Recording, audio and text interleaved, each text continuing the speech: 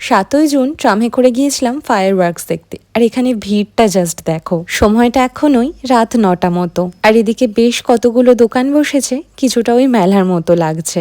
আমরা তো ভেবেছিলাম আমরা প্রায় অনেক আগেই পৌঁছে গিয়েছি, কিন্তু দেখছি আমাদের ধারণাটা সম্পূর্ণ ভুল ছিল।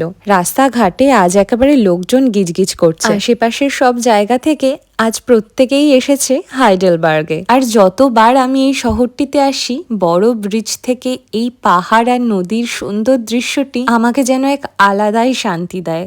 আকাশ ঘিরে কালো মেঘ কত পুঞ্জীভূত হয়েছে দেখেছো? সারাদিনই আজ একটু পরপর বৃষ্টি হচ্ছে। মানুষজন নদীর ধারে এই সুন্দর ঘাসভূমিতেই নিজেদের বসার জায়গা করে নিয়েছেন।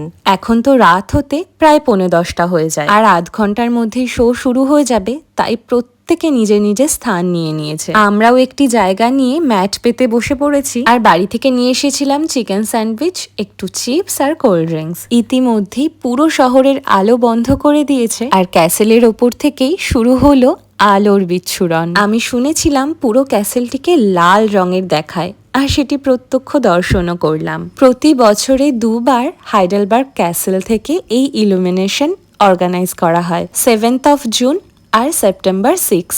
আর সপ্তদশ শতকে 6ই সেপ্টেম্বরের দিনই কিন্তু এই সম্পূর্ণ ক্যাসেলটি পুড়ে গিয়েছিল, বারবার ফ্রান্স দেশের আক্রমণের দ্বারা। আগের বছরও এই রিলেটেড আমি একটি ভিডিও বানিয়েছিলাম, তোমরা চাইলে চ্যানেলে গিয়ে দেখতে পারো। ওখানে আমি বেশ কিছুটা ইনফরমেশন দিয়েছিলাম।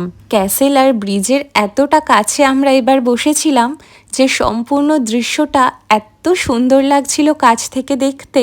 আর এই এত সংখ্যক মানুষ 15 থেকে 20 মিনিট সবিস্ময়ে তাকিয়েছিল একই দিকে। মুহূর্তে মুহূর্তে বিভিন্ন ধরনের বাজি ছড়িয়ে পড়ছিল এই ব্রিজ থেকে। সব থেকে সুন্দর লেগেছিল আমার এই দৃশ্যটি, এতটা রঙিন আর ঝলমলে, তার সাথে ব্রিজের আলোরও পরিবর্তন হচ্ছিল।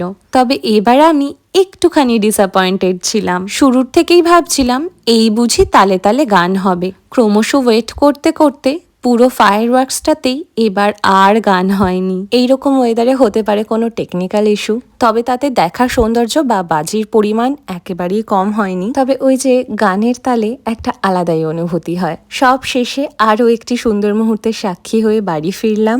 আশা করছি পরের বার আবার আসবো। দেখা হচ্ছে।